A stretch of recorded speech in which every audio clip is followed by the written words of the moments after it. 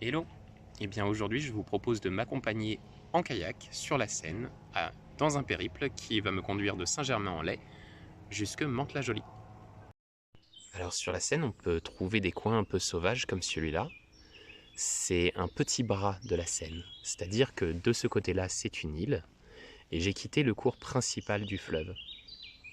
Alors c'est le genre d'endroit que je recommande pour se balader et puis aussi pour apprendre à faire du kayak.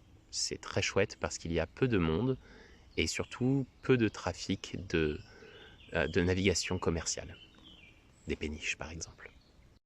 Quel genre d'animaux est-ce qu'on peut trouver sur la Seine? Eh bien tout un tas d'oiseaux, et parmi eux, ceux que je préfère, ce sont eux, les cygnes.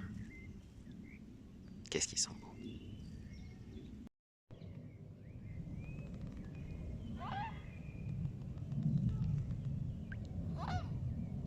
La première question que je me suis posée lorsque j'ai acheté mon kayak, c'est où est-ce que je vais pouvoir embarquer?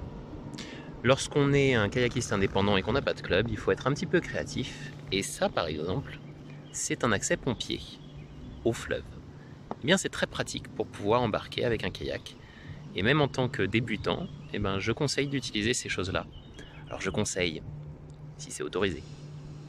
C'est un endroit très intéressant ici, puisqu'on se retrouve à la confluence de la Seine, juste ici, de l'Oise, ici, et qu'en plus, en aval, le courant se sépare en deux, puisqu'il y a une île au milieu.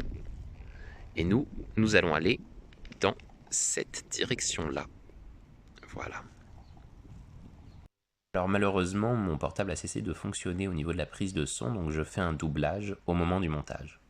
On voit ici un panneau rouge et blanc qui indique qu'on ne peut pas aller plus loin sur ce fleuve, car au loin on peut distinguer un barrage.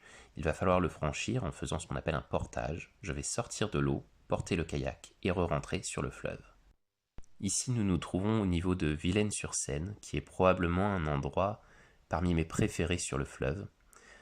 C'est à nouveau un bras de Seine assez tranquille et on peut y voir pas mal de jolis oiseaux comme ces canards.